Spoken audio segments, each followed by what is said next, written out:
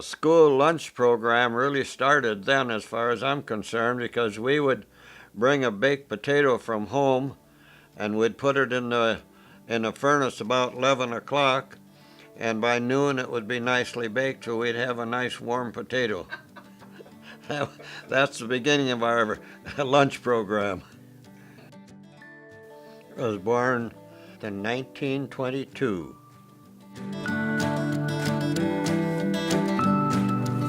By the time he got there, my dad met him at the door and said, "Doc, you're too late, the baby's here." So the doctor come in and kind of examined the baby and the mother, and everything was fine. So when he got ready to leave, my dad said, "What I owe you for your trip out here?" And Dr. Flett said, "Well, as long as I didn't really do anything, if you'd give me a bushel of corn for my horse, we'll call it even." My birth experience amounted to the value of one bushel of corn, whatever that amounted to. Right at the end of the driveway where we lived there was known as Melrose 8, and it was just a little frame wood school. And by the time I went to school, it was still a little wood school with the wood burner in one corner of the room, and had to go outside to the bathrooms. And then when I was in second grade, they built a new school, and that was made of brick and had a basement, had a furnace in it, and we really thought we was in luxury when we had the new school.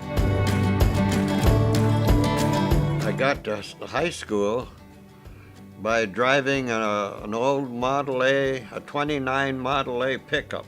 At that time, we were milking cows, and I would have to haul milk every weekday and deliver the milk to the Valley Queen Cheese Factory.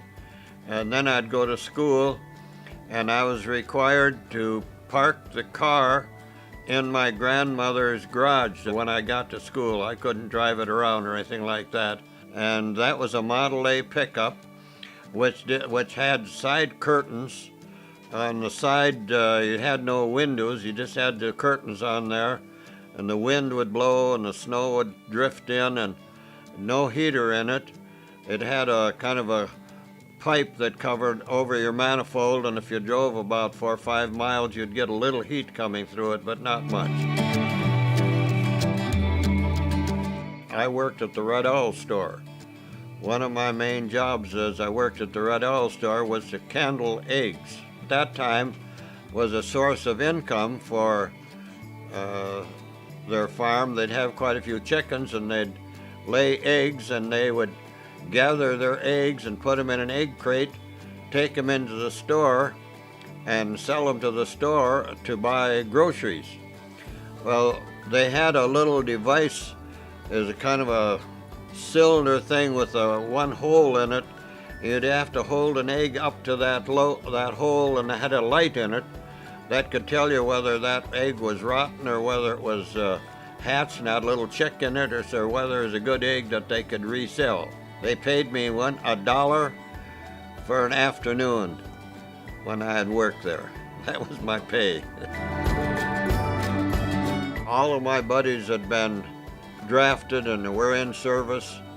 And pretty soon I got tired of being kind of lonely in the boys' field, and volunteered and joined up with the Navy Air Corps.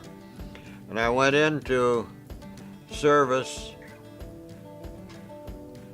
in early May.